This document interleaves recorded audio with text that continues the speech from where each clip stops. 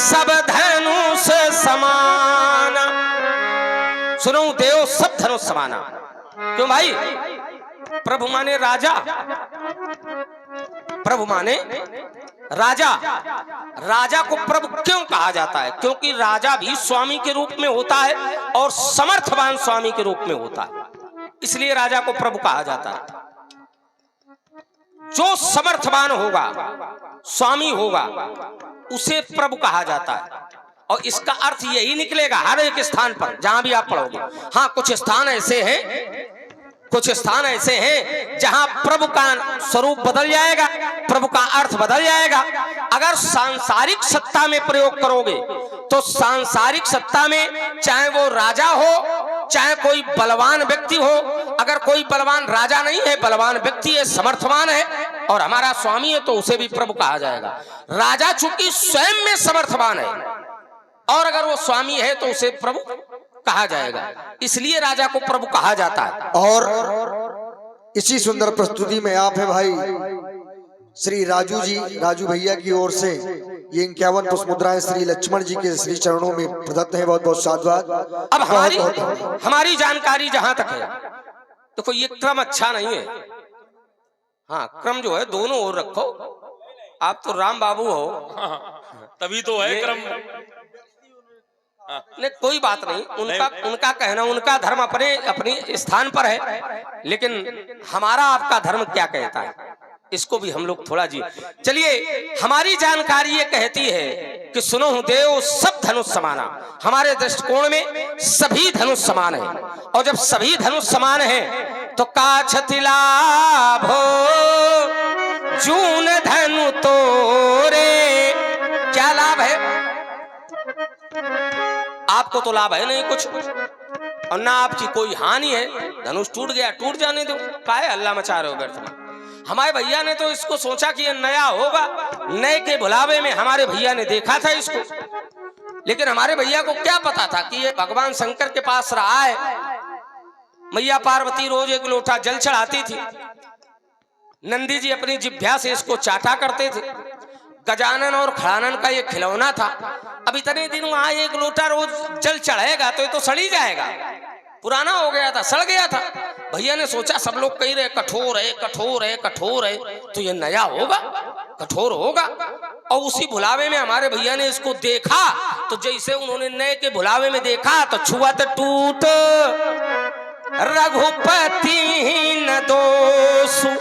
हमारे भैया का कोई दोष नहीं है, क्योंकि छूने में टूट गया है, और अगर छूने में टूट गया है तो हमारे भैया का कोई दोष नहीं है। आप व्यर्थ में क्रोध कर रहे हैं। अगर हमारे भैया का दोष होता आप क्रोध करते, अच्छा लगता, लेकिन जब दोष नहीं है तो आप क्रोध ना करें पंडित जी। अब ये तुम्हारी बुद्धि का मापदंड है। कह रहा है सुनो देव सब धनुष समाना। अच्छा, देने वाले भी जानते हैं महात्मा इनको आवश्यकता है नहीं, बिल्कुल ठीक कर रहे हैं। देने वाले ये बिल्कुल ठीक कर रहे हैं, जानते हैं इनको जाना है महेंद्राचल, इनको चलाना है राज्यपाट, तो इनको धन की आवश्यकता है। बड़ी दूर अयोध्या से आए हैं तो इनको जाना भी है, तो इनको दिया जा रहा है। हमको बड़ी प्रसन्नता हो रही है, क्योंकि इनकी व्यवस्था बहुत शीघ्र यहाँ से जाने की हमें करनी है।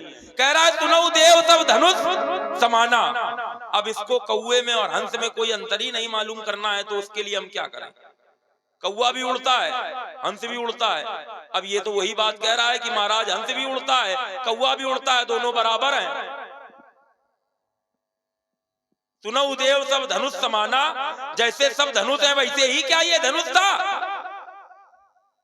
अगर जब समान है तो इसका निर्माण क्यों कराया गया त्रिपुरासुर के समय में? सारंग से भी काम चल जाता और कोई धनुष से काम चल जाता, इसी का काहे प्रयोग किया गया? इसीलिए हमने कहा था रे नृप बालक काल बस बोलत तो ही न समार, धनु ही सम त्रिपुरारि धनु विदित सकल संसार। तुमने दूसरी बात कही, छूते ही टूट पिनाक पुरा, छुअत टूट रघुपति ही न दोषु। छूते ही टूट गया, दोष नहीं है कुछ। हमने तो ऐसा जान रखा, ऐसा सुना है, लेत चढ़ावत खींचत गाढ़े। गाढ़े माने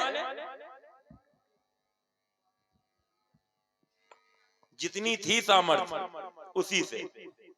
अगर छूते ही टूट गया तो गाढ़े शब्द का प्रयोग क्यों किया गया? इसलिए ये धनुष कठोर था, ये धनुष दिव्य था, इसको तोड़ करके अनुचित कार्य किया गया है। अब मैं तुम्हारी उस बात का उत्तर दे रहा हूं, असीमित और सीमित वाली। तुमने कहा था जिसको पता ही नहीं है। एक दृष्टांत आता है राजा नृग का, नृगोपाख्यान। वो रोज गौएं दान किया करता था, रोज गौएं दान किया करता था। एक दिन ब्राह्मण को दान की, वो गौ लौट करके आकर के फिर मिल गई आकर के गौशाला में। उसने दूसरे दिन दूसरे ब्राह्मण को दान की तो वही गौ चली गई। अब वो ब्राह्मण लेके जा रहा था, उधर से वो वाला ब्राह्मण उस गौ को ढूंढते हुए आ रहा था। आपस में दोनों ब्राह्मण मिल गए। उसने कहा मेरी गौ कैसे लिए जा रहे हो? तो लेने वाले ने कहा अरे मैं राजा से ले करके आया हूं, दान में लाया हूं। तो उसने कहा नहीं, मुझको दान में दी गई थी कल। दोनों में विवाद होने लगा। दोनों पहुंचे राजा नृग के पास। ब्राह्मण ने पूछा क्यों राजा, तुमने ये गौ हमको दान दी थी? राजा ने कहा हाँ। दूसरे वाले ने कहा क्या हमको नहीं दी थी? हमको भी तो दी थी। बोला हाँ दी थी। दोनों के में सर हिलाने लगा तो ब्राह्मणों ने श्राप दिया, सर हिलाता है बार बार तो जा तू गिरगिट हो जा। ये श्राप क्यों मिला? क्योंकि उसको पता ही नहीं था हमारे पास इतनी गौएं हैं, ये कैसे आ गई, कैसे मिल गई। इसीलिए मैंने कहा था जिनके पास असीमित होता है उनको याद नहीं रहता, उनको ध्यान नहीं रहता कि हमारे पास कितना है और कहां कहां से आ रहा है। केवल इतना है कि बहुत है। और सुन रहे आप लोग बड़ा ही सुंदर संवाद। इसी पर आप आदरणीय अजीत शर्मा जी, आपकी ओर से 51 पुष्प मुद्राएं भार्गव श्री परशुराम जी के चरणों में और 51 पुष्प मुद्राएं श्री लक्ष्मण जी के श्री चरणों में प्रदत्त है। बहुत बहुत साधुवाद, बहुत बहुत धन्यवाद। तुमने कहा था प्रभु का अर्थ समर्थ स्वामी से है, मैं तुम्हारी बात मान लेता हूं, लेकिन जहां का मैंने उदाहरण दिया था वहां पर समर्थ स्वामी नहीं मान रहा है कहने वाला, वहां केवल राजा मान रहा है। खायऊ फल प्रभु लागी भूखा, वहां केवल प्रभु राजा के अर्थ में ले रहा है। वो स्वामी केवल उसी को मानता है जिसका वो सेवक है। अब तुम अपनी बात को लखा बहुत अच्छी तरह से लेते हो, कह बहुत अच्छी तरह से लेते हो। तुमने हमारी बात को बिल्कुल उड़ा दिया कह करके कि तुम कुछ भी कह दो, कल्प भेद हरिचरित सुहाए। तुमने हमको लखाने के लिए कह दिया, राम रमापति करधन ले ये भी कह दो। ये तुम्हें कहना नहीं चाहिए। और फिर तुम कहते हो कि हम कुछ कहते नहीं है, फिर ये कहते हो हम कुछ कहते नहीं, कह सब देते हो। कल्प भेद हरिचरित सुहाए के आधार पर जो हमने अर्धालियां पढ़ी थी, क्या गलत पढ़ी थी? इसी कांड में ये पहले घटना 2 बार घटना क्यों है? इसीलिए है, एक बार पहले हो चुका है, कभी हो चुका होगा। इसीलिए उसको हम तुमको सुना रहे थे कि राम और जानकी कोई ऐसा नहीं है, पहले भी उनका विवाह हुआ है, पहले भी सीता का हरण हुआ है, पहले भी रावण ने। क्योंकि याज्ञवल्क्य से प्रश्न किया भरद्वाज ने, जाग बलिक मुनि परम विवेकी, भरद्वाज राखे पट्टे की, नाथ एक संसौ बड़ मोरे, करगत बेत तत्व सब तोरे, कहा समोई लागत भय लाजा, जो न कहूं बड़ होई अकाजा, राम कवन प्रभु पूछूं तो ही। ऐसे लिए होगा एकदम स्पष्ट प्रश्न किया उन्होंने, राम कवन प्रभु पूछूं तो ही, एक राम अवधेश कुमारा। ये चार प्रश्न किए उन्होंने। तो अगर हमने प्रश्न कर दिया तो क्या गलत कर दिया? तुमने हमको लखा तो दिया बहुत अच्छी तरह से, दृष्टि में लोगों को लाके खड़ा कर दिया कि आए बाएं साए जो मन में आए बक रहे हैं। ये नहीं करना चाहिए तुमको। और फिर तो हमको उत्तेजित करके कह रहे हो कि हम कुछ कर नहीं रहे। नहीं तो या तो शुद्ध बुद्ध प्रबुद्ध होके हम गलत बोल रहे हो तो हमको टोक दो।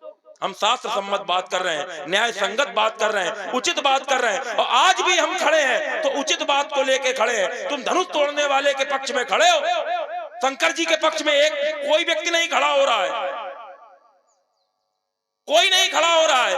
8 प्रकार के विवाह होते हैं, 8 प्रकार के शास्त्रों ने बताए हैं। ब्रह्म विवाह, देव विवाह, आर्ष विवाह, प्रजापत्य विवाह, गांधर्व विवाह, राक्षस विवाह, पैशाच विवाह, आसुर विवाह।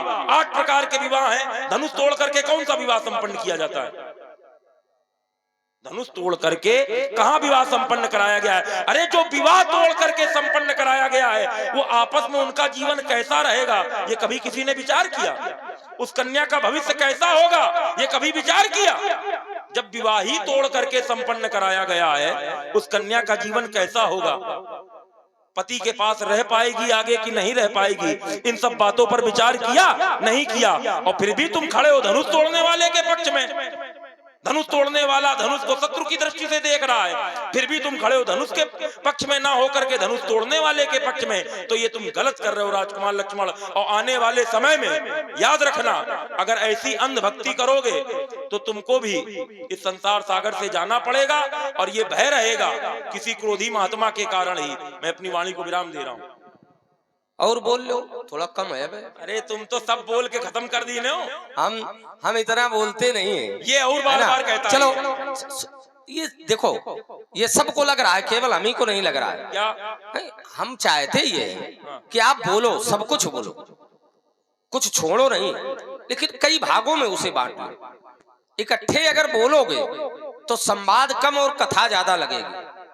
तो ये इतनी लंबी लंबी बातें सब कथा में सुनाया करो, अच्छा लगे। देख लो, थोड़ी थोड़ी चाहे जितना अच्छा बोले। चलिए, आपने कहा यही सब करेगा। अब अच्छा, आप निज कवित्व के लाग नीका, तुम तो ये समझोगे कि हमने अच्छा बोला है। आपने कहा कि भगवान शंकर के पक्ष में कोई नहीं खड़ा है, धनुष तोड़ने वाले के पक्ष में सब लोग खड़े। आपकी बहुत लंबी चौड़ी वार्ता है और हम इतनी लंबी चौड़ी बात करेंगे नहीं। तुमने कहा धनुष तोड़ने वाले के पक्ष में सब लोग खड़े हैं, लेकिन भगवान शंकर के पक्ष में कोई नहीं खड़ा है। एक समस्या है हमारे सामने और सब लोगों के सामने। भाई सब लोग जानते हो तो जानते हो, मैं आपकी बात का अनुकरण करूंगा, आप कहेंगे तो मैं उस पक्ष में भी हो जाऊंगा। आप केवल हमको इतना बता दें कि भगवान शंकर किस पक्ष में। भगवान शंकर धनुष के पक्ष में है या धनुष तोड़ने वाले के पक्ष में? अगर वो धनुष के पक्ष में है तब तो आपका पक्ष बढ़िया है, और अगर धनुष तोड़ने वाले के पक्ष में है तो हमारा पक्ष बढ़िया है। भगवान शंकर का पक्ष आप बता दो, हम भगवान शंकर के पक्ष में हो जाएंगे। एक बात। दूसरी बात, बातें आपने कई कही है। आपने कहा 8 प्रकार के विवाह होते, क्या कहीं धनुष कोई तुड़वा करके विवाह करवाया जाता है?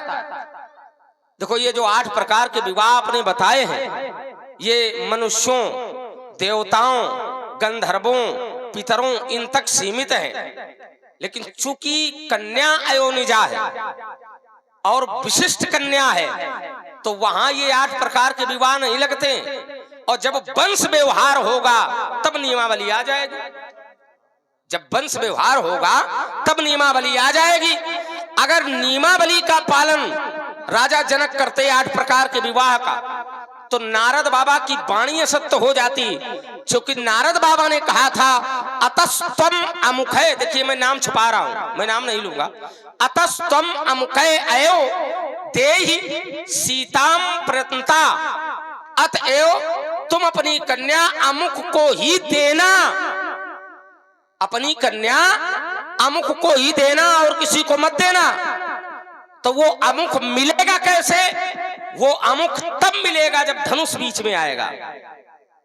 अगर धनुष यज्ञ बीच में ना होता तो वो अमुख आया ही न होता। तो इसलिए धनुष बीच में आया तो धनुष ने मिलाया है एक दूसरे को, तो इसमें धनुष का त्याग है, धनुष का समर्पण है। आपका व्यर्थ में विरोध है और कुछ नहीं। चलिए आपकी और वो बहुत सी बातें आई हैं, है ना, हम उन बहुत सी बातों पर चिंतन नहीं करेंगे। कई बातें, कई आपने कथानक सुनाए हैं। आपने 2-3 बार कहा यहाँ राजा माना गया, यहाँ राजा माना गया। चलिए, आपकी सोच है, आपकी बात है, आपकी अपनी बात। ईमानदारी बताओ, ईमानदारी क्या वो स्वामी मान रहा है? देखो, अगर स्वामी नहीं मान रहा तो फिर विनती करूं जोर कर। इसीलिए क्योंकि राजा है ना। राजा अगर मान रहा होता, चूंकि वो शत्रु, उनके शत्रु का दूत है, तो फिर विनती ना करता, संदेश देता। अरे वहां पर चलिए आपकी बात सही है। हम जबरदस्ती की बात नहीं करते। अच्छा बौद्धिक व्यायाम करेंगे। चूंकि फिर देखिए, अच्छा बौद्धिक व्यायाम है। फिर इसके लिए शब्दकोश ढूंढ के लाओ, और शब्दकोश में ना समझ में आवे, चूंकि हमारी और आपकी बात जो है ये शब्दकोश के ऊपर जा रही है, और जब ऊपर जाए तो फिर अमर कोश तक पहुंचो, है ना। तो बात वहीं तक रखो जहां तक लोगों को अच्छी लगे, और इसके निर्णायक हैं, अच्छे लोग हैं, लोग निर्णय कर लेंगे। आपकी बात अपने स्थान पर है, हमारी बात अपने स्थान पर है। चलिए, आपने एक कथानक और सुनाया है, हमने कुछ कहा था आपसे। चलिए, ये सब बातें छोड़ते हैं, कुछ प्रसंग में आते हैं। और प्रसंग में हम आए। अब आपने कहा, हमने तो इनसे कहा था कि राम बाबू जी से, आपसे तो कहा नहीं था कि ये क्रम अच्छा नहीं है, दोनों ओर रखिए। तो आप उस पर भी टिप्पणी करने लगे। इतना ज्यादा आपको आता है कि जो बोलना हो बोलो, न बोलना हो वो आओ बोलो। बोले हमें आवश्यकता नहीं है, इसको आवश्यकता है राज्य चलाना है, सब लोग जानते हैं मैं ब्रह्मचारी हूँ, मुझे आवश्यकता नहीं है, सबसे ज्यादा तुम्हें का आवश्यकता है और का कुछ मिल जाए। और इसी सुंदर प्रस्तुति में आप आदरणीय श्री अजीत विश्वकर्मा जी, आपकी ओर से 11-11 पुष्प मुद्राएं दोनों ही विद्वानों के सादर चरणों में समर्पित है। बहुत बहुत साधुवाद, बहुत बहुत धन्यवाद। हमें लग रहा है कि सबसे ज्यादा इन्हीं को आवश्यकता है, क्यों ब्याज जी? भाई अगर इनको कुछ मिल जाएगा, हाँ क्या हमें हो सकता है भाई? अगली बार आइयो तो ढंग के कपड़ा तो पहन के आइयो। अगली बार और कम से कम इस तरह तो नहीं आओगे, कम से कम समाज में कैसे जाया जाता है उस तरह तो आओगे। क्यों भाई, घर में चाहे जैसे बने रहो, तो समाज में जाओ तो कहा आधे पहन के जाओगे, ऐसे जाना ठीक नहीं है। तो जो व्यवस्था हो रही है हमारा वाला भी मिला के इनको दे देना, दोबारा जब बुलाना तो कह देना पूरे पहन के आओ। और इसी सुंदर प्रस्तुति में आप हैं भाई ऋषभ विश्वकर्मा जी, आपकी ओर से 11-11 पुष्प मुद्राएं दोनों ही विद्वानों के सादर चरणों में प्रदत्त हैं। बहुत बहुत साधुवाद, बहुत बहुत धन्यवाद। अब आपने कहा कि तुम्हें पता ही नहीं है हंस में या कौवे में अंतर क्या होता है, तुम तो यही कहोगे दोनों उड़ते। अगर धनुष श्रेष्ठ नहीं है तो इसका त्रिपुरासुर का वध करने के लिए फिर इसका निर्माण क्यों हुआ? किसी धनुष से हो जाता, किसी धनुष से हो जाता। देखो ये सब बातें हम नहीं कह सकते, और इन सब बातों पर हमारा कोई चिंतन भी नहीं है। उत्तर बहुत सारे हैं, लेकिन जो हमारा धरातल कहता है वो कहता है हमारे जाना, हमारी जानकारी क्या कहती है। और हमारी जानकारी चूंकि ज्ञान की नहीं है, ज्ञान दृष्टि में तो बहुत सारे उत्तर हैं कि निर्माण हुआ था त्रिपुरासुर का वध करने के लिए, तो इनको कार्य करते रहना चाहिए। आतताइयों का विनाश करने के लिए तो आतताइयों का विनाश करते रहना चाहिए। तो ज्ञान में तो उत्तर बहुत है, लेकिन भक्ति का एक ही उत्तर है। क्योंकि हम भक्त हैं तो हमारा एक ही उत्तर है कि सुन अमुख। देखिए हम फिर छुपा रहे हैं, है ना, है वहीं पे, 6वें में जाएं, 7वें में जाएं, 8वें में जाएं, 9वें में जाएं, किसी में जाएं, लेकिन छुपा के प्रयोग करेंगे। सुन अमुक भेद होई मन ताके, और श्री रघुवीर हृदय नहीं जाके। जिसके हृदय में भगवान का वास ना हो, जिसमें भक्ति ना हो, वो भेद दृष्टि रखता है। ज्ञान में भेद होता है तो आप भेद करो, हम उस पर विरोध भी नहीं कर रहे हैं आपका कि नहीं आप भेद क्यों कर रहे हो, ऐसा नहीं ऐसा है, क्योंकि ज्ञान भेद करता है। तो आप भेद करो, हम भक्त हैं। तुम भक्त हो? हाँ। पूछा तो ये जाता है तुम्हारे द्वारा, कहु ज्ञाने विराग अरुमाया, अब कवन तो भगति करहु जेहि दाया। अगर भक्त हो तो तुम्हारा प्रश्न केवल भक्त संबंधित होना चाहिए, भक्ति से संबंधित होना चाहिए, ज्ञान से संबंधित क्यों है प्रश्न तुम्हारा भाई? तुम ये क्यों कह रहे हो? कहो ज्ञान विराग अरुमाया, ज्ञान क्यों जानना चाहते हो? एक बात तुम कह रहे हो हम भक्त हैं, लेकिन भक्त हो किसके? ज्ञान अखंड एक, तुम भक्त हो किसके? भगवान कहते हैं मोरे प्रौढ़ तनय तम ज्ञानी। ज्ञानी पुत्र भगवान का कैसा पुत्र है? अगर इसमें एक एक बात करो तो बहुत अच्छा लगेगा। चलिए एक एक कर लेंगे, कई चौपाई।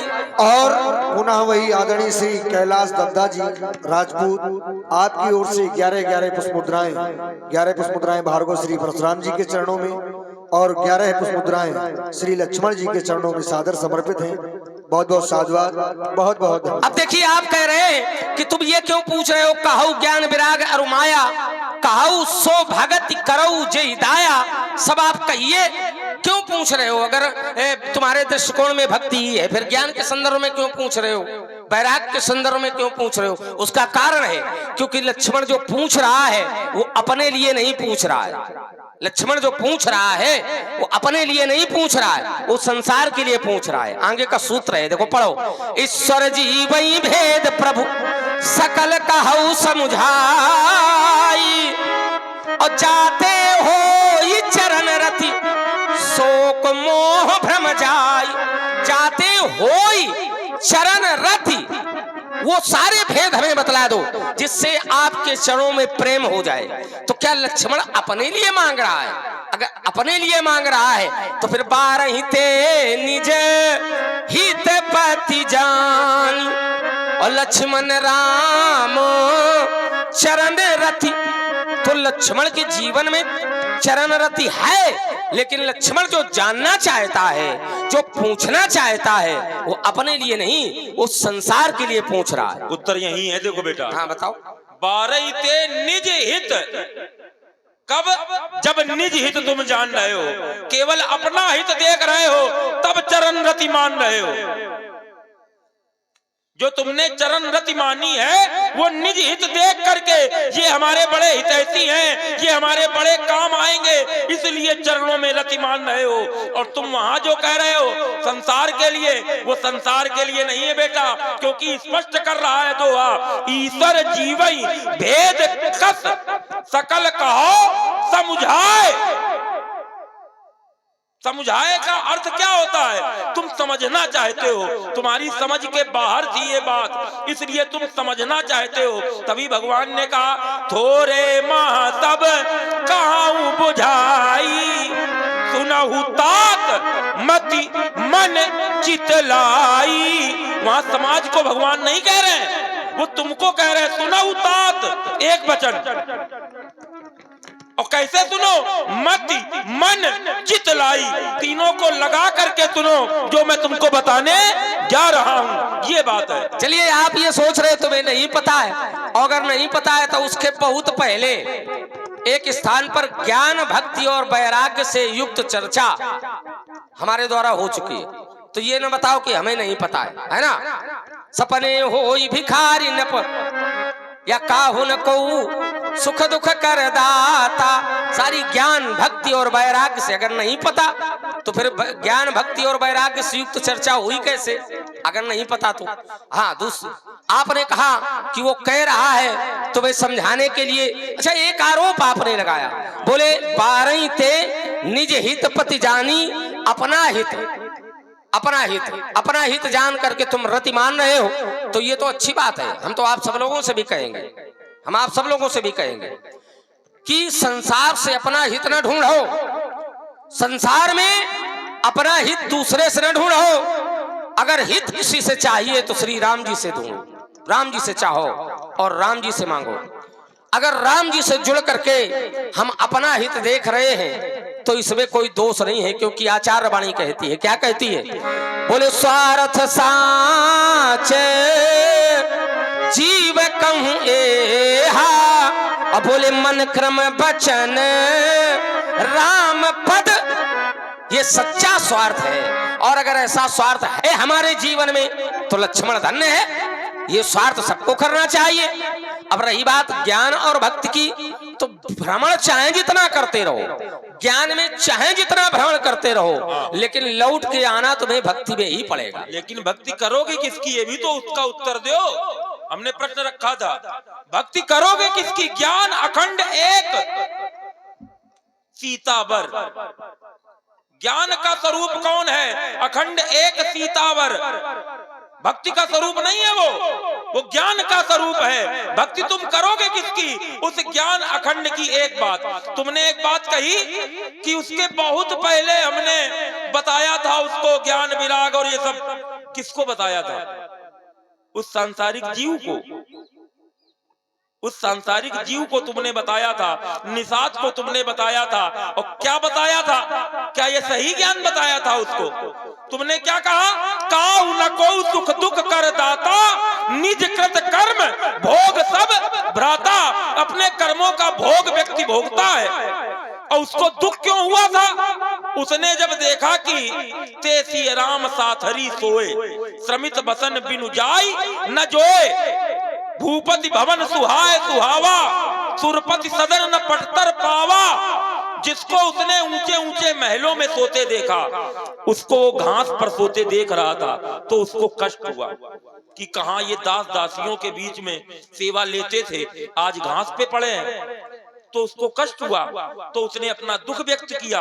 तो तुमने उसको क्या उत्तर दिया कि भैया निषाद, कोई किसी को दुख नहीं देता है, अपने कर्मों का भोग व्यक्ति भोगता है। तो जिसको वनवास मिला, क्या उसने ऐसा कोई कर्म किया है जिसके कारण उसको भोग भोगना पड़ रहा है?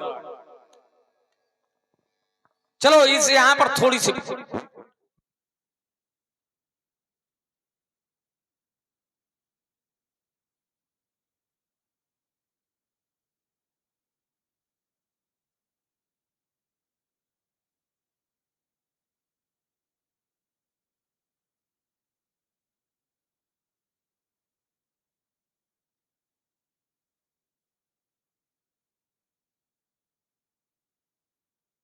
है ना, चूंकि हमने गुप्त रूप से इसका उत्तर पहले भी दिया है और गुप्त रूप से इसका उत्तर बाद में भी देते हैं, बहुत थोड़े शब्दों में। यहाँ पर बात केवल इतनी नहीं है कि ते सी राम साथरी सोई, आगे भी है। अमुख नंदनी मंदमति कठिन कुटिल प्रटकीन, है ना, तो उन सबके लिए है का उनको सुख दुख कर दाता। और जहां राम की बात है तो वहां पर स्पष्ट बताया गया है कि राम ब्रह्म परमार्थ रूपा और अभिगत अलख अनादि अनूपा। आपका जो दोषारोपण है इसी बात से कर रहा है। अच्छा, एक बात बताओ, तुम उसको मानते हो ब्रह्म? हाँ, स्पष्ट मानते हो ब्रह्म? हाँ, ब्रह्म ही मानते हो। हाँ, तो ब्रह्म की बात का कभी विरोध ना करना चाहिए, ना उसकी बात पे कोई टिप्पणी करनी चाहिए। अगर अलौकिकता है तो अगर अलौकिक, अरे अलौकिक हो चाहे लौकिक हो, ब्रह्म के सारे जब ब्रह्म मानते हो ना, ईमानदारी की बात सुनो, तो ब्रह्म मानते हैं, लेकिन जहाँ चरित्र होगा, जहाँ चरित्र होगा, कैसा? तो चरित्र जो अनुमति दे रहा होगा फिर वो करेंगे।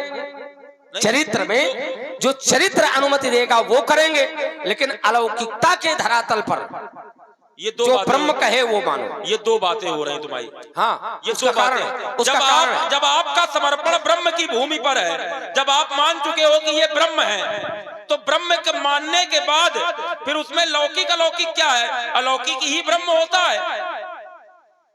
उसकी तो हर बात को ब्रह्ममय मानना है। अगर ब्रह्म मानते हो तो, अगर ऐसी बात है तो फिर अमुक वचन सुनी अति दुख पावा क्यों? अगर ब्रह्म मानते हो तो उसकी बात को सुन करके तुम्हें दुख नहीं मिलना चाहिए। और दुख मिल रहा है तो कहीं ना कहीं तुम ब्रह्म मानने में अभी पूरी तरह से पारंगत नहीं हो, पूरी तरह से उसको ब्रह्म तुमने माना नहीं है। देखो उसका कारण बताएं, जहां का आप धरातल प्रस्तुत कर रहे हैं, अमुक वचन सुन अति दुख माना, तो ये दुख क्यों है? क्योंकि लक्ष्मण उनके प्रभाव से सुपरिचित है, और जो ये कह रहा है कि विनय करी सागर संजाई, वो उनके प्रभाव से सुपरिचित नहीं है। हो सकता है ना हो, या हो सकता है हो भी, हमें नहीं मालूम। अरे क्या बात है? दोनों बातें, चूंकि हम इस विषय पर चर्चा नहीं कर सकते, हम तो केवल संकेत में बतला सकते हैं। तो दुख इस बात का है, चूंकि हम मानते हैं, इसी बात का दुख है कि इतने श्रेष्ठ होकर के आप इस समुद्र से विनय करेंगे जाकर के। आप तो सर्वोपरि हैं, सोसी सिंधु करी मन रोसा, क्रोध कीजिए और इसको सोख लीजिए। अच्छा, एक बात आपने कही थी, ये आपने बात 2-3 बार कही है और हमने 2-3 बार इसको छोड़ दिया है। एक बात आपने कही है कि भक्ति करोगे किसकी, तो आपने कहा ज्ञान अखंड एक सीतावर। ज्ञान बोले भक्ति करोगे किसकी, तो अखंड ज्ञान की। देखिए वो ज्ञान और ये ज्ञान अंतर है। जो सबके रह ज्ञान एक रस, तो ईश्वर जीव ही भेद कहऊ कस। परमात्मा विषय अलग है, और रही बात अगर उस परमात्मा की भी मानते हो, वो परमात्मा ज्ञानी है, तो चाहे संसार का कोई ज्ञानी हो, ये परमात्मा ज्ञानी हो, कोई भी ज्ञानी हो, उसको आना भक्ति मार्ग पर ही पड़ता है। बिना भक्ति को अपनाए कभी ज्ञान का श्रृंगार हो ही नहीं सकता है। परमात्मा भी ज्ञान अखंड एक सीतावर, लेकिन ऐसे प्रभु सेवक बस आहई, ऐसा ज्ञान भी सेवा के वशीभूत, भक्ति के वशीभूत बना रहता है तो भक्ति सर्वोपरि है, श्रेष्ठ है। बेटा भक्ति तुम करोगे तो, लेकिन जो सोपान है, जो सीढ़ी है, उसी पे तो चढ़ के जाओगे। हाँ, बिन विश्वास भगत नहीं, ते बिनु द्रवई न राम। बिना विश्वास के भक्ति नहीं तुम्हारे अंदर आएगी। और विश्वास का धनुष टूट गया, तुम विश्वास के पक्ष में खड़े नहीं हो, तो भक्ति कैसे आ जाएगी? भाई बिन विश्वास भक्ति नहीं, बिना विश्वास के भक्ति नहीं आएगी। और विश्वास है कौन? भवानी शंकर वंदे श्रद्धा विश्वास रूपिणौ।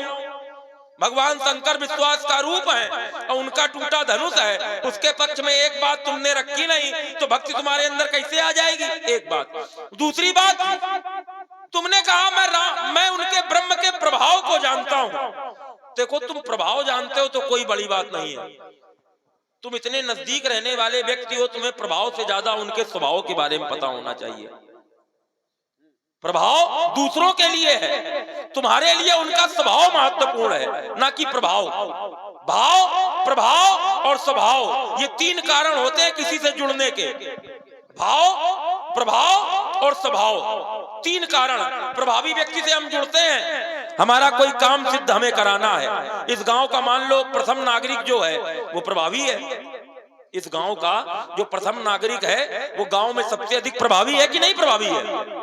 जिसको हम कहते हैं प्रधान, उसके पास हम जाके जुड़ रहे हैं तो उसके प्रभाव से जुड़ रहे हैं। और कोई प्रधान नहीं है, उसका स्वभाव बहुत अच्छा है तो हम उसके स्वभाव से उससे जुड़ रहे हैं। और कोई स्वभाव प्रभाव इन दोनों के अलावा भाव से अच्छा है। संत महात्मा जिनके नाम प्रभाव से जुड़ते हैं ना स्वभाव से जुड़ते हैं, उनके पास भाव से जुड़ते हैं। भगवान के पास भाव से जुड़ते हैं। तुमने कहा जो कह रहा है वो जानता हो चाहे ना जानता हो, तुमसे तो लाख गुना बढ़िया है वो समुद्र को क्या कह रहा है? तुम कह रहे हो समुद्र को सोख ले, और वो क्या कह रहा है? प्रभु तुम्हारे कुल गुर जलधि, प्रभु तुम्हारे, उल्टा सीध बोलियो तो यार। प्रभु तुम्हारे कुल गुर जलधि, वो कह रहा है आपके कुल में श्रेष्ठ है, इसलिए इसकी विनय कीजिए। तो श्रेष्ठ की विनय करने में तुम बाधक बन रहे हो बेटा, तो कैसे तुम्हारा चरित्र मान ले अनुकरणीय है?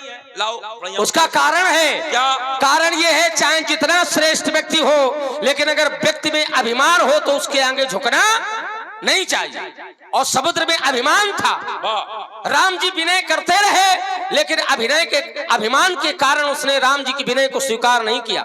और जो ही राम जी ने धनुष पर बाण चढ़ाया तो विप्र रूप आयौ तज माना, अभिमान छोड़ करके ब्राह्मण का वेश बनाकर सामने आ गया। बहुत सुंदर। ब्राह्मण का वेश बनाकर क्यों? क्योंकि वो जानता था राम कुछ भी करेंगे लेकिन ब्राह्मण पर प्रहार नहीं करेंगे। हाँ। और अभिमान छोड़कर जब आया और अपनी बात रखी, जब अभिमान छोड़कर आया अपनी बात रखी तो राम जी को भी अच्छा लगा। चलिए ये छोटी सी बात थी, इसका निराकरण हुआ। अब एक क्षण, अब हम इस पर दोबारा चर्चा नहीं करेंगे, तुम्हें जो कहना हो कहो। हमें छोटी छोटी बात करनी है, एक निर्णायक चर्चा। आपने कहा कि भक्ति अगर करोगे तो सोपान से चलकर जाना पड़ेगा। सोपान माने सीढ़ियां, सीढ़ियों से चढ़ के ही तो भक्ति तक पहुंचोगे, ऐसे तो जाओगे नहीं। लेकिन भक्ति तक पहुंचने के लिए सीढ़ियां चढ़नी नहीं है, सीढ़ियों से उतरना है, उतरना है, तब भक्ति तक पहुंचोगे, उतर कर पहुंचोगे। आपका ज्ञान बहुत ऊंचा है, बहुत ऊंचे पर बैठा है, लेकिन भक्ति तक जाने के लिए उसको सीढ़ियों की आवश्यकता है और वो सीढ़ियों से उतरकर ही भक्ति तक पहुंचेगा। क्योंकि भक्ति है क्या? भक्ति बहती हुई गंगा की धार है। राम भगत जहाँ सुरसरी धारा, बहती हुई धारा है। और जो सीढ़ियां बनी होती हैं, उन सीढ़ियों से जब आप उतर कर जाते हैं तब गंगा में स्नान कर पाते हैं। तो ऐसे जब जाओगे उतर करके तब स्नान कर पाओगे। गंगा में या यमुना में सीढ़ियों से उतरेंगे तब आप जाएंगे, वहां पहुंचेंगे। तो इसी प्रकार से जब भक्ति में स्नान करेंगे तो वहां सीढ़ियां हैं और सीढ़ियों से उतर कर जाओगे। कुछ लोग सीढ़ियों से उतर के जाते हैं, कुछ लोग नहीं उतर पाते, अवस्था के कारण, अपंगता के कारण। कुछ लोगों के पैरों में समस्या है, नहीं उतर पाते हैं, है ना। कुछ लोग शरीर भारी है, नहीं है ना, भारी तो भरी तरह होएगा, नहीं उतर पा रहे। कुछ लोग माने आयु के कारण, वृद्धावस्था के कारण नहीं उतर पाते हैं। हाँ, हाँ। और कुछ लोग अच्छे भले नहीं उतर पाते, हाँ। नहीं उतर पाते। उतर कौन पाता है? तो हमारे आचार्यों ने कहा, बोले एहि मारुचि रे सप्त सोपाना, 7 सीढ़ियां हैं। और वो 7 सीढ़ियां हैं किसकी? बोले रघुपति भगति केर पंथाना, राम जी की भक्ति के मार्ग है ये 7 सीढ़ियां।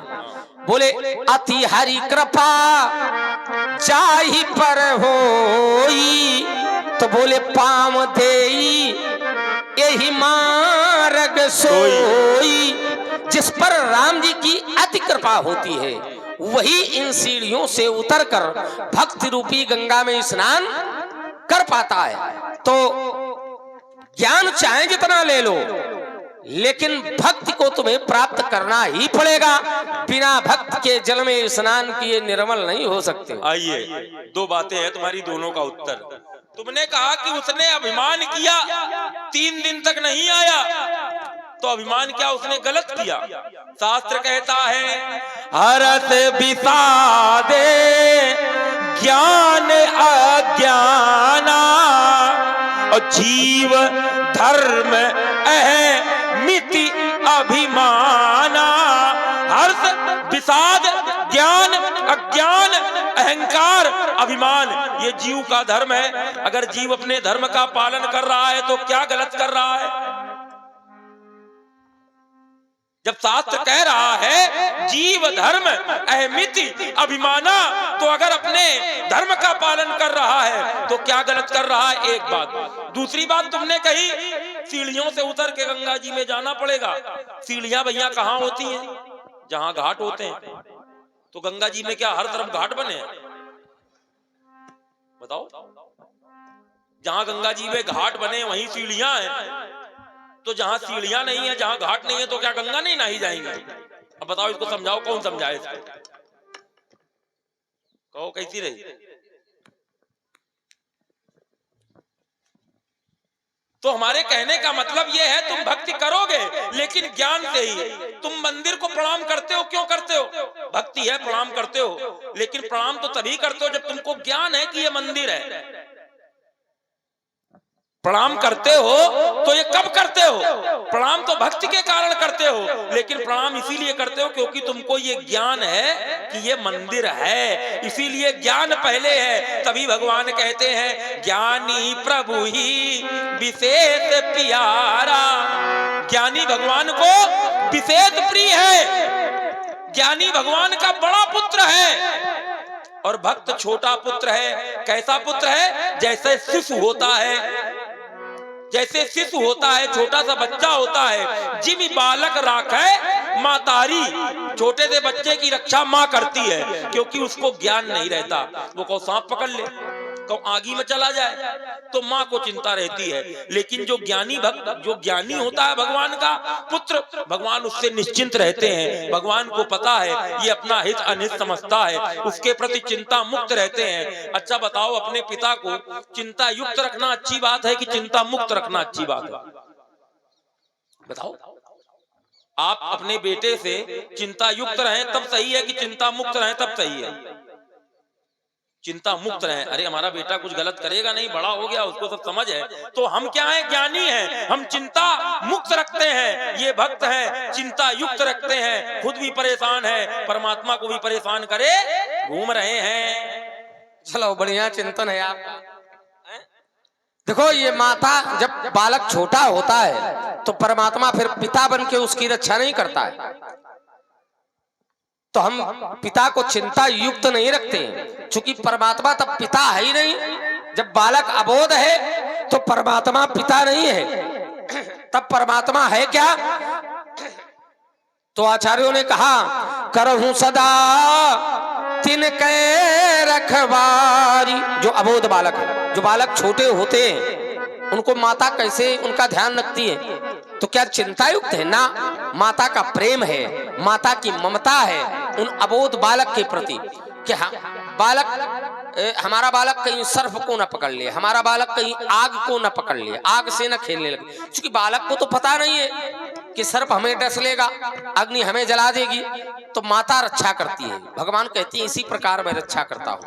बोले करहूं सदा तिनके रखवारी, और जिमी बालक राखई महतारी। तो हमारे लिए वो पिता है ही नहीं, हमारे लिए तो माता है, और माता का प्रेम मिल रहा है, माता की ममता मिल रही, इससे बढ़कर और क्या है। एक बात बताएं आपको, आपने जो कहा कि जीव धर्म अहमित अभिमाना, हम इस बात के लिए आपको साधुवाद देते, तो लक्ष्मण की बात सही है? सोसी सिंधु करी मनरोसा, फिर लक्ष्मण की बात सही है। अगर समुद्र अपने धर्म का निर्वाह कर रहा है, जीव धर्म अभिमत अभिमाना, तो फिर राम जी को भी अपने धर्म का निर्वाह करना चाहिए। क्योंकि राम जी का धर्म है सुनो राम कर सहज स्वभावु, और जन अभिमान न राखई काऊ। अभिमान नहीं रखते हैं अपनों का, वो किसी अपने का अभिमान रखते नहीं है, और विनय करने से अभिमान बढ़ता है, विनय करने से अभिमान घटता नहीं है। इसीलिए लक्ष्मण ने कहा था कि ये अपने धर्म का अगर पालन कर रहा है अभिमान करके, तो आप अपने धर्म का पालन कीजिए क्रोध करके, क्योंकि जब आप क्रोध करेंगे तब इसका अभिमान नष्ट होगा। तो वहां लक्ष्मण की बात सही है, लक्ष्मण गलत नहीं है, लक्ष्मण बिल्कुल सही है। और एक धरातल हम आपको दे दें, आपने कहा कि गंगा स्नान करने अगर जाओगे तो कोई आवश्यक थोड़ी है सीढ़ियों से उतर के जाओ, ना सीढ़ियों तो इधर उधर से गंगा स्नान कर लो।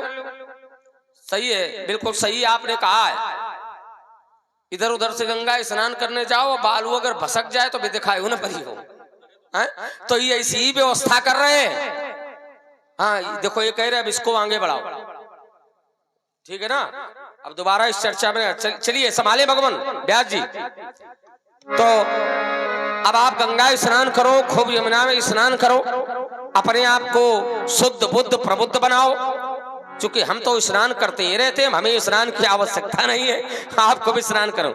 ये जिभ्या जो नाम जपे उनका, ये जिभ्या जो नाम जपे उनका, तो जिभ्या खींच निकारूं मैं, ये हाथ न दास बने उनके, तो काट इन्हें मही डारूं मैं।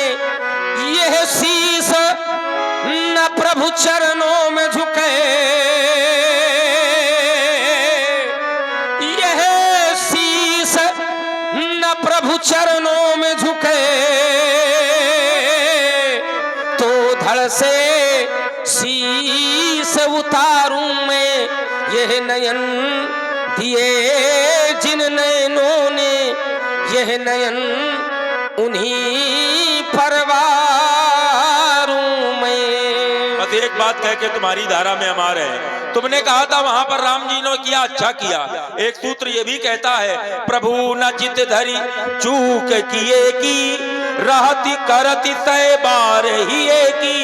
भगवान क्या करते हैं? भगवान अपने भक्त की, अपने प्रेमी की चूक एक बार नहीं, दो बार नहीं, 10 बार नहीं, 100 बार भी अगर वो करता है तो माफ करते हैं।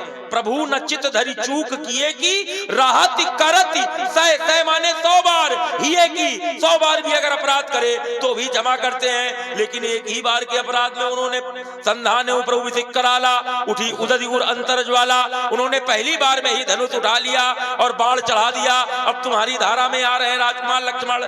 नारी जब छूट गई नर की, तो नारी जब छूट गई नर की,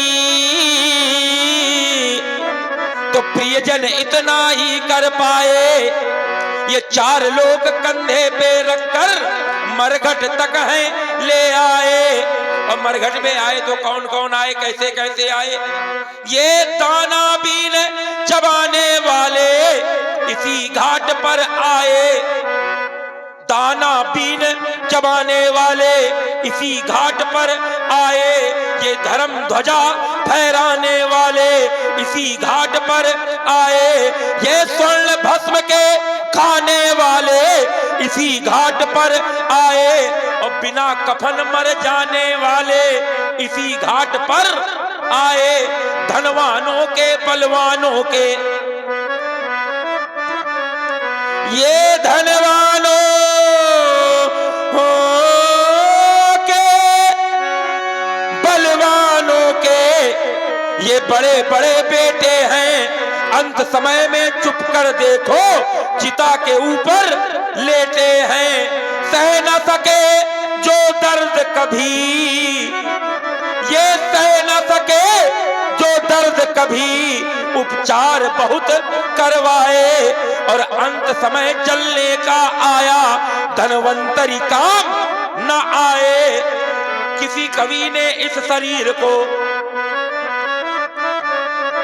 किसी कवि ने इस शरीर को ये कंचन काया नाम दिया है, लेकिन उस कवि ने इस शरीर पर देखो कसकर व्यंग किया है। क्यों किया है व्यंग?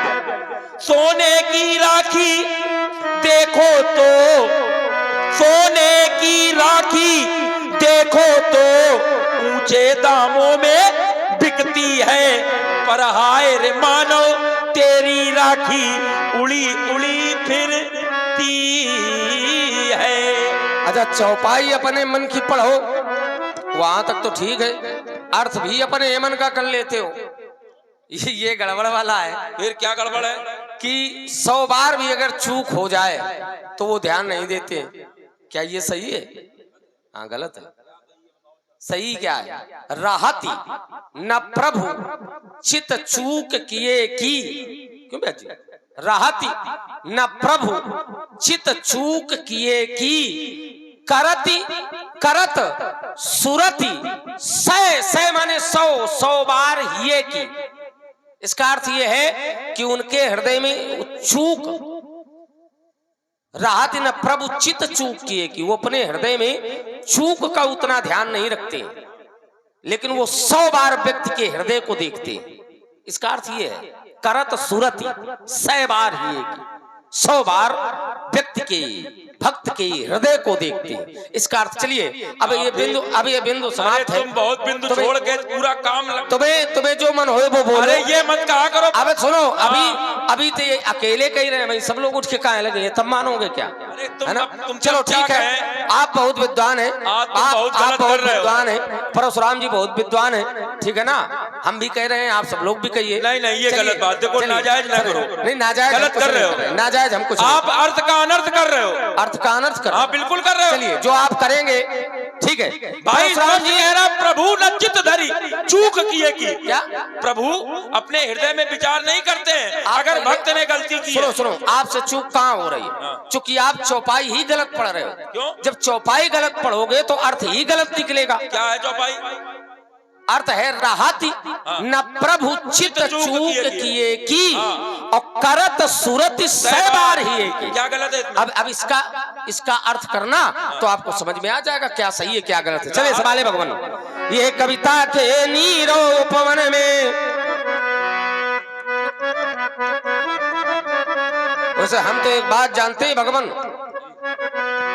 कि हमने जो कुछ कह दिया है वो आपके परस और धनुष को देखकर ही कह दिया है। अच्छा, आपको देखकर कुछ नहीं कहता हूं।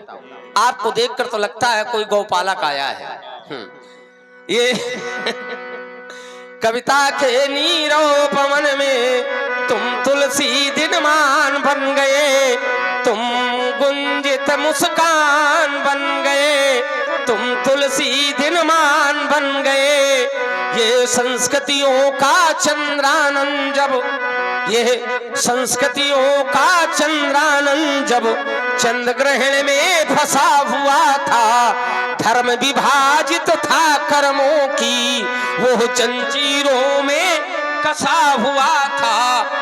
जब समाज की नाम भंवर में, जब समाज की नाम भंवर में मेरे भाई भटक रही थी, वो किंकर्तव्य विमूढ़ चेतना जब माथा अपना पटक रही थी, उन भीषण ज्वारों वाले क्षण में,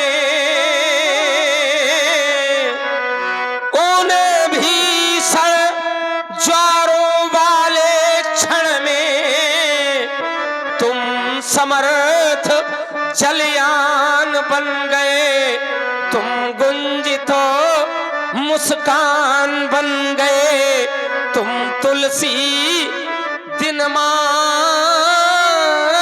बन गए। क्यों बन गए इसका कारण जान लो। क्या? ये संघर्ष जीवन का पर्याय है,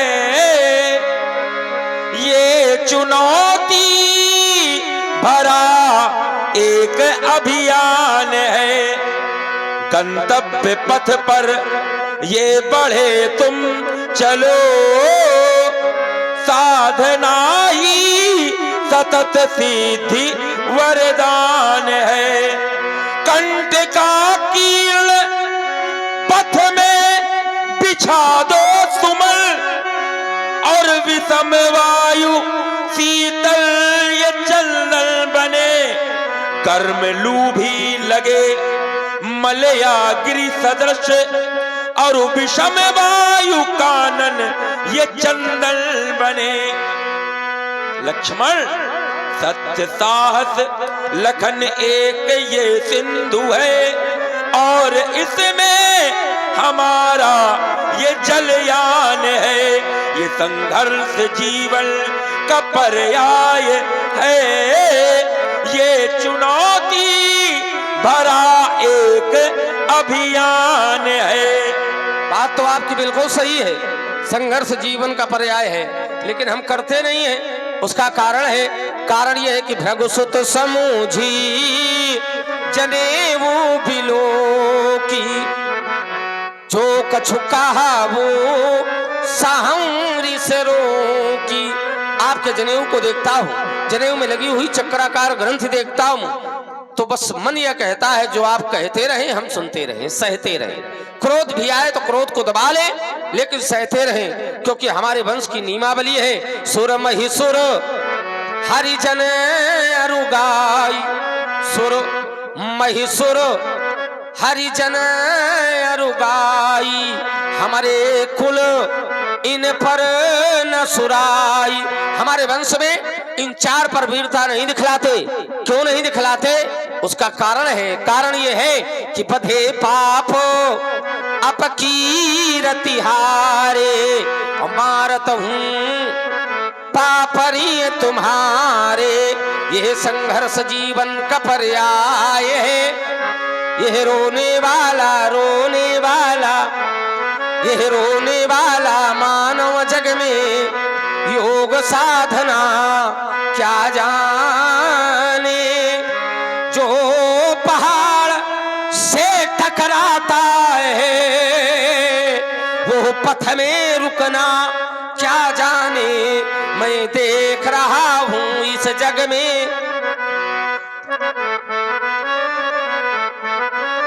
मैं देख रहा हूँ इस जग में, हंस कर मानो रोने वाला। मैं हूँ प्रचंड विषधर भुजंग, मैं कभी नहीं रुकने वाला। जो अंधकार में रतन समझ कर, जो अंधकार में रतन समझ कर, ये कंकड़ पत्थर ही चुनते हैं। ये मूल्य न मिलता जब कुछ उनका, तब वह अपना सिर धुनते हैं। जो माया में लिप्त नहीं है, उससे पूछो पथ की बातें। जो पार है बाट बीच में है, वो सन्मार्ग दिखाना क्या जाने। यह रोने वाला मानव जग में योग साधना क्या जाने। जो पहाड़ से टकराता है वो पथ में रुकना क्या जाने। कह रहा है कि हमारे कुल में सुर मैसुर हरिजन अरुगाई, हमरे कुल इन पर ना सुराई। अगर बेटा ऐसा होता तो तुम्हारे 60,000 पुरखा जल के काहे भस्म हो गए। दुनिया के झूठा मर गए, इनका जुखाम तक ना भागा। बताओ, कह रहा हमारे कुल में कभी ब्राह्मणों पर, गौ पर, इन पर, उन पर कभी वीरता नहीं दिखाई गई। अगर कुछ किया नहीं था तो वैसे वो पागल थे कपिल मुनि जो उन्होंने भस्म कर दिया। तो बात कट गई कि नहीं कट गई? अब ये बहुत देर बाद एकदम सही आ गया जगह, लेकिन फिर भी अच्छी बात कही है। फिर भी हम कहना चाहते हैं, तुम्हारी ये धारा है, हमारी धारा ये है, क्योंकि विपुल बार मही देवन दीनी, इसीलिए राजकुमार लक्ष्मण गीत भूदान के मिलके गाते चलो, प्रेम की ज्योति घर घर जलाते चलो। गीत भूदान के ये मिलके गाते चलो, ये प्रेम की ज्योति घर घर जलाते चलो। क्यों? भूमि तेरी नहीं, भूमि मेरी नहीं, ये भूमि तेरी नहीं, भूमि मेरी नहीं, भूमि माँ है मनुज की, ये चेरी नहीं। इसलिए भू की सेवा, इसलिए भू की सेवा ये करें हम सभी, इसकी माटी में सोना उगाते चलो। गीत भूदान के ये मिलके गाते चलो, प्रेम की ज्योति घर घर जलाते चलो। क्यों?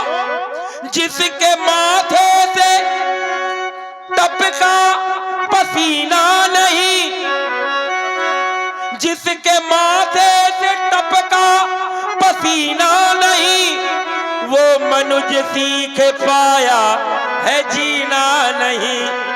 श्रम है पुरुषार्थ की, ये श्रम है पुरुषार्थ की, ये कसौटी अहो। श्रम है पुरुषार्थ की, ये कसौटी अहो। हाथ में ले कुदाली चलाते चलो, गीत भूदान के मिल के गाते चलो, इसकी मिट्टी से सोना उगाते चलो। अच्छा है, गीत भूदान के तुमसे बढ़िया कोई गा भी नहीं सकता है, क्योंकि जितना बढ़िया गीत तुमने गाया है भूदान के, भुजबल भूमि भूप बिनु कीन्ही और विपुल बार महिदेवन दीन्ही, तुमसे बढ़िया कोई गीत भूदान के गीत नहीं गा सकता है। ददो प्राची दिशम होत्रे कश्यपाय दक्षिणाम दिशम, तो आपने दान दिया है, खूब दिया है, भूदान बहुत बढ़िया आपने किया है। तो आप गाओ, बहुत अच्छा लग रहा है। आप ही गाओगे तभी अच्छा लगेगा, चूंकि आदमी व्यक्ति करे और फिर कहे तो अच्छा लगेगा, और करे कबो ना कहता रहे। भाई कभी आप 2 रुपए किसी को दान न दो और सबसे कहो दान किया करो कल्याण होगा, दान किया करो कल्याण होगा। जो ब्राह्मण भी दान लेते हैं, इसीलिए ब्राह्मणों के लिए 6 कर्मों में है दान लेना और दान देना। दान अगर लेते हो तो दान देना भी सीखो, पहले दान दो और बाद में दान लो। तो आपने दिया है, अच्छी बात है। देखिए हर स्थान पर तर्क नहीं होता है, और तर्क के लिए भी बहुत अच्छी बुद्धि का प्रयोग करना होता है। हमारे कुल इन पर न सुराई, सुराई माने वीरता, सगर पुत्रों ने वीरता नहीं दिखाई है। महात्मा कपिल जी से सगर पुत्रों ने वीरता नहीं दिखाई है, असभ्यता दिखाई है। असभ्यता, असभ्यता और वीरता में अंतर होता है। असभ्यता और वीरता में अंतर होता है।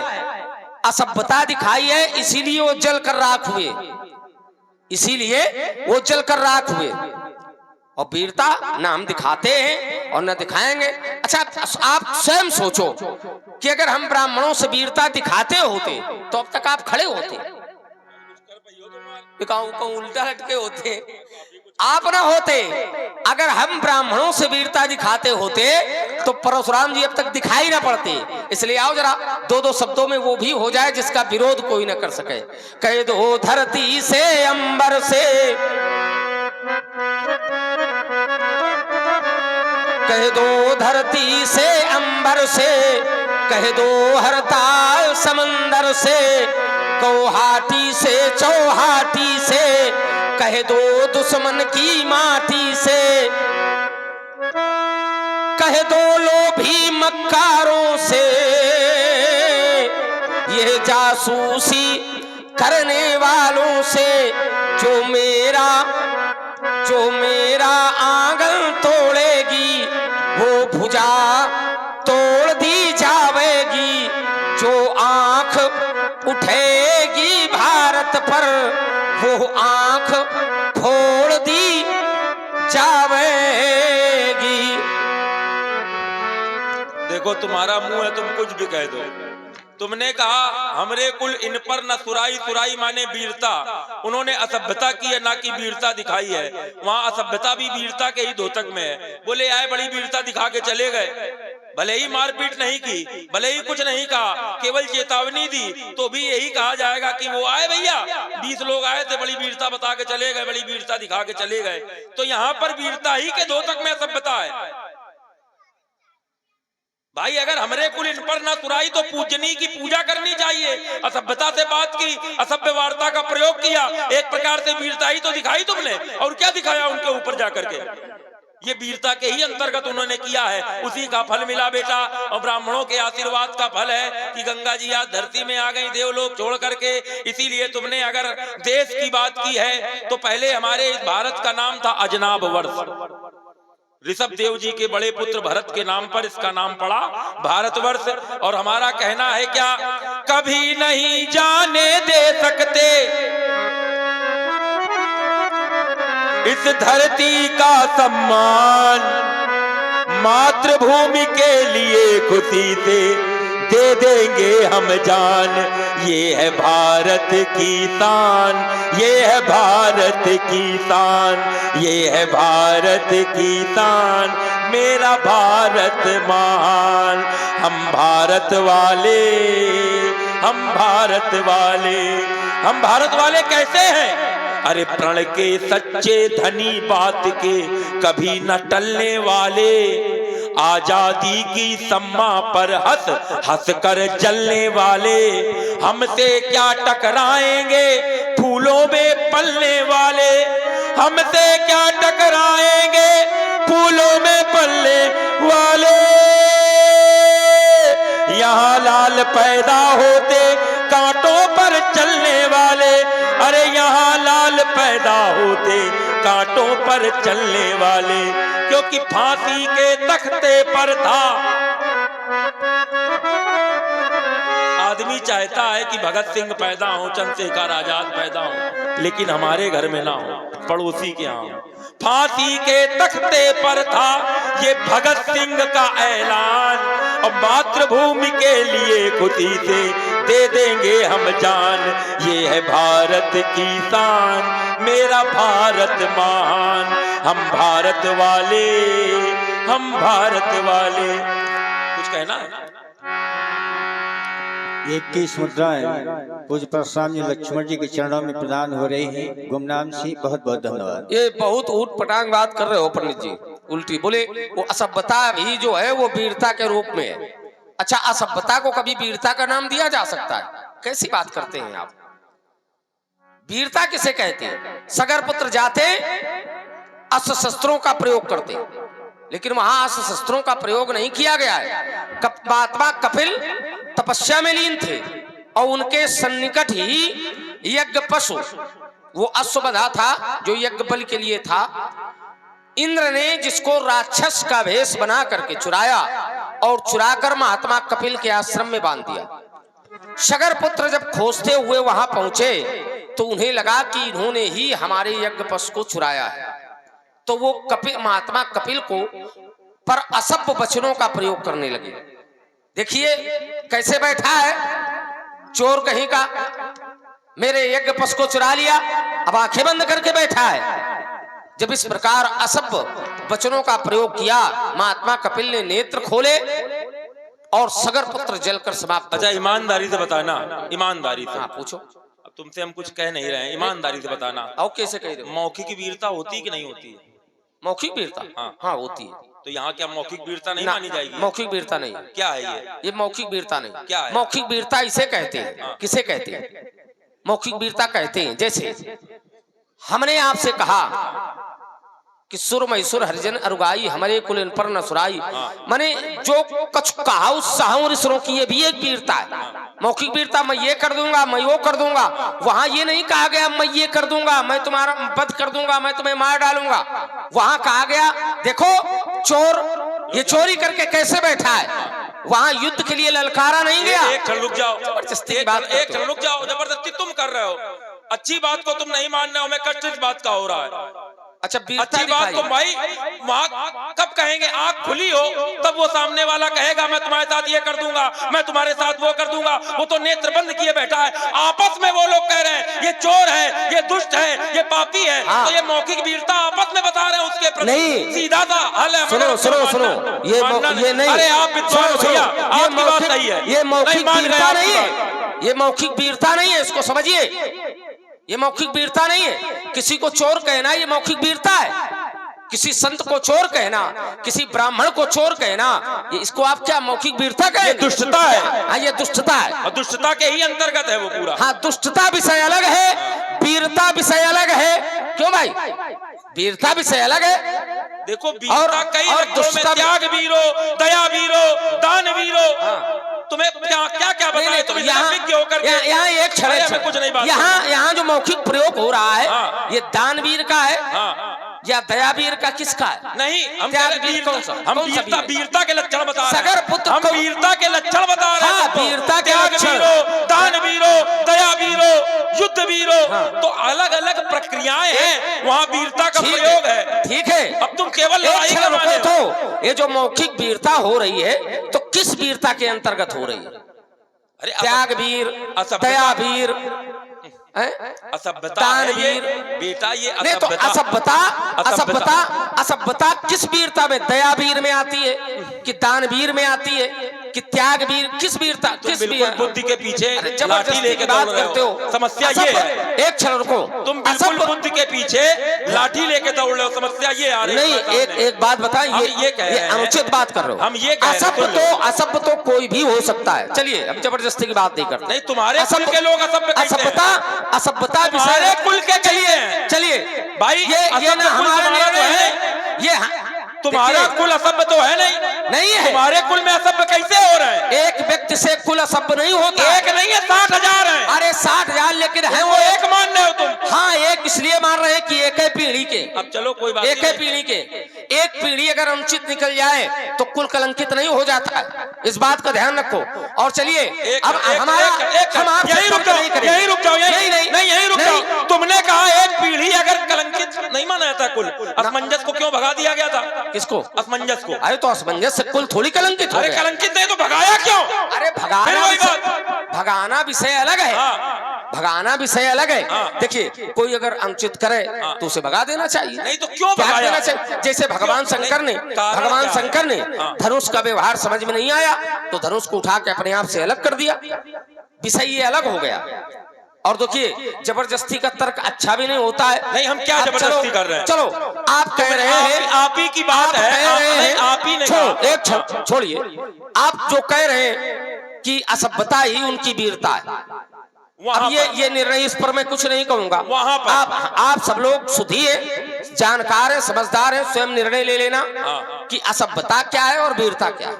परशुराम जी के दृष्टिकोण में दोनों एक ही है, हमारे दृष्टिकोण में दोनों अलग है। सवाल है भगवान, देखो जो उसे एक बात बताएं भगवान, तुमने सब कुछ आज हमारे माथे पर रख दिया है। नहीं, माथे का रख दिया तुमने, खुदे आज तब माथे कर दिया हमको। नहीं, तुमने सब कुछ हमारे माथे पर रख दिया है। अच्छी बात। अरे तुम अच्छे ढंग से नहीं ले रहे हो। कुछ तो तुम प्रकारांतर में भाव समझते तो समझ जाते हैं। कुछ तो भाव स्वयं भी, समझना चाहिए। कुछ तो आप भी रखो अपने पास। सब कुछ का हमारे पास रख दोगे, हो जाएगा। आप जो कह रहे हैं वो भी होगा, एक क्रम से होगा। लेकिन उस क्रम के पहले मैं चाहता हूं कि जो माने झगड़ा भी करो, झगड़ा तब तक नहीं करना चाहिए जब तक व्यक्ति कर्जा में, सर में कर्जा लदा हो, आप झगड़े के पे उतारू हो जाओ। कहे तो कर्जा उतार लो, बाद में झगड़ा कर लिया जाएगा, है ना। तो कर्जा उतारने के लिए एक उपाय है व्यास जी। व्यास जी कोई उपाय है कर्जा उतारने के लिए? क्योंकि इन्होंने धर तो सब हमारे माथे पर दिया है। अब आनी अब आने ब्योहरिया बोली तुरंत देव मैं थैली खोली। आप व्यवहारी बुलाए, भगवान बढ़िया व्यवहारी है, आप व्यवहारी बुलाएं और मैं थैली खोलकर तत्काल चुकता कर दूंगा। व्यवहारी नाम भगवान शंकर का, और हमारे माथे पर एक ऋण बाकी है, गुरु ऋण रहा।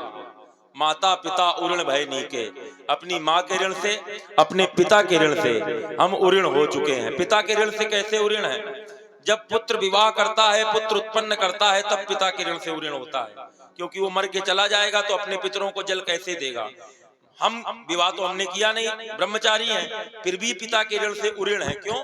क्योंकि हमें कभी मरना नहीं है, इसीलिए हमारे पितरों को कोई समस्या आने वाली नहीं है, इसलिए पिता के ऋण से उऋण है। माँ के ऋण से उऋण क्यों है? क्योंकि हमने माँ का वध किया और पुनः माँ को जीवन दान दिया। तो जो माँ जीवन दान बच्चे को देती है, पुत्र ने माँ को जीवन दान दे दिया, इसलिए माँ के ऋण से भी उऋण है। अब रही बात गुरु के ऋण की, उसका कारण है, एक बार मेरे गुरुदेव भगवान शंकर ने मुझसे कहा था, परशुराम गुरुदक्षिणा में मुझे शेषनाग की मणि ला करके दो। मैं शेषनाग के पास पहुंचा, मैंने कहा शेष तुम्हारी विशेष मणि लेने के लिए मैं आया हूँ। शेषनाग ने मुझसे कहा, भगवान परशुराम मैं आपको अपनी मणि दे दूंगा, लेकिन मैं आपको कुछ सुनाना चाहता हूँ, एक छंद सुनाना चाहता हूँ। मैंने कहा सुना दो। मैंने आंख बंद की, नेत्र बंद करके मैं छंद सुनने लगा। वो कहने लगा, भुजंग प्रियातम भुजंग प्रियातम, ये भुजंग प्रियातम भुजंग प्रियातम। मैं सुन रहा था, आवाज दूर जा रही थी, उसका अर्थ क्या हुआ? वो ये कह रहा था, ये शेष जा रहा है, ये शेष जा रहा है, ये शेष जा रहा है, ये शेष जा रहा है। मैंने सुना कि आवाज दूर होती चली जा रही है, तो मैंने देखा कि वो काफी दूर चला गया, तो वहीं मैंने अपने परशु का प्रहार किया और उसकी जिह्वा पर जाकर के मेरा परशु लगा। उसी समय से सर्प की जिह्वा के दो भाग हो गए। तो आज मुझे कोई मिला है जो कह रहा है तुरंत देव में थैली खोली, तो भगवान शंकर तो नहीं है, लेकिन यहाँ पर जो व्यवहारी हैं वो हमें, हमारी समिति के जो भी पदाधिकारी हैं, जो बड़े ही मनोयोग से इस कार्यक्रम को संचालित संपादित करवा रहे हैं, वो सभी लोग आवे, क्योंकि लक्ष्मण को हम देंगे मृत्युदंड, इसको मारेंगे आज, और मृत्युदंड को बचाया जा सकता है अर्थदंड दे करके। इसीलिए इसका व्यवहार दो, इसके जीवन दान के लिए आप लोग आकर के इसकी रक्षा में खड़े हो, नहीं तो इसको कोई बचाने वाला आज है नहीं। आइए और आकर के लक्ष्मण के प्राणों की रक्षा करिए, ठीक है ना। बड़ा आपने कई वर्षों से ये कार्यक्रम आप लोग करा रहे हैं, बूंद बूंद से घट भरता है, और बड़े ही आजकल तो कोई भी छोटा मोटा कार्य हो, बड़े धन की आवश्यकता पड़ती है। आप लोगों ने इतना धन एकत्र किया, स्वयं भी दिया, दिन रात जाग करके पात्रों को ढूंढ करके चयन करके आप लोगों ने यहाँ बुलाया है, और बड़ी सुंदर व्यवस्था दी है। मैं तो रात्रि में आया, रात्रि से लेके अभी तक हमें ऐसा नहीं लगा कि हम किसी बाहर गांव में गए हैं। ये ईमानदारी की बात है, हम देश में हैं। यहाँ हमसे जो मिला, हमको ऐसा लगा कि अपने घर में ही आए हैं, ऐसा लगा जैसे यहाँ कई बार पहले भी आ चुके हैं। ये केवल और केवल आपके प्रेम की बात है। एक बात और बता दें, आपके यहाँ कलाकार आए हैं 5 दिन के लिए, आप उनकी सेवा केवल 5 दिन करोगे, वो भी कब? जब उनसे काम लोगे शाम को, तब ईमानदारी से। लेकिन इन 5 दिनों के बाद इस गांव का कोई भी व्यक्ति इन आए हुए पात्रों को कहीं भी मिल जाएगा, उसकी रहने की, खाने की, पीने की, रुकने की सारी व्यवस्थाएं ये कलाकार ही देखेंगे। एक नहीं कई ऐसी घटनाएं हैं। क्यों ब्याज जी? हाँ सही है। कहाँ के पता चला ग्वालियर के मिल गए आकर के उन्नाव में। अरे भैया कहाँ महाराज? अरे बोले अरे कोई दिक्कत नहीं, रुको। तो आप 5 दिन में ये कमाते हैं, हम तो केवल 5 दिन के लिए आए, हम तो रात भर के लिए आए हैं। लेकिन इस रात में भी जो लोग हमसे जुड़े वो हमको जीवन पर्यंत याद रहेंगे। जब कभी जहां भी मिल जाएंगे तो चल करके हम उनको मिलेंगे, जो हमारे पास करने योग्य होगा वो हम करेंगे। आइए आशीर्वाद लीजिए, और लक्ष्मण को बचाना वो लोग जरूर आवे। हाँ, समस्त कमेटी वाले जहाँ कहीं भी हो वो आकर के परशुराम जी से आशीर्वाद प्रदान करें। समस्त कमेटी वाले सभी मंच में आप